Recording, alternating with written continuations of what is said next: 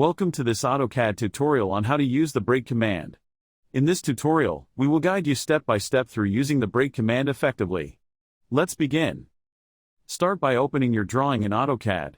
You can either create a new drawing or open an existing one from your files. To use the break command, you need to select the object in which you want to create a gap or break. To access the break command, you have a few options. You can type BR in the command line and press enter, or you can find the break command button on the Modify panel in the Home tab.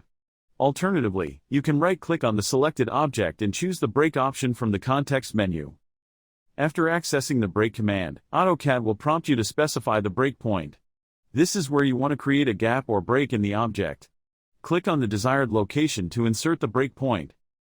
Once you have specified the break point, AutoCAD will break the object at that exact location, separating it into two smaller segments. You can repeat the process to add more breaks if needed. With the object now broken into smaller segments, you can modify or edit each segment independently. Practice using the break command regularly to become proficient in AutoCAD. If you have any other questions or need assistance with any other AutoCAD features, feel free to explore our other tutorials or seek additional help. Happy designing!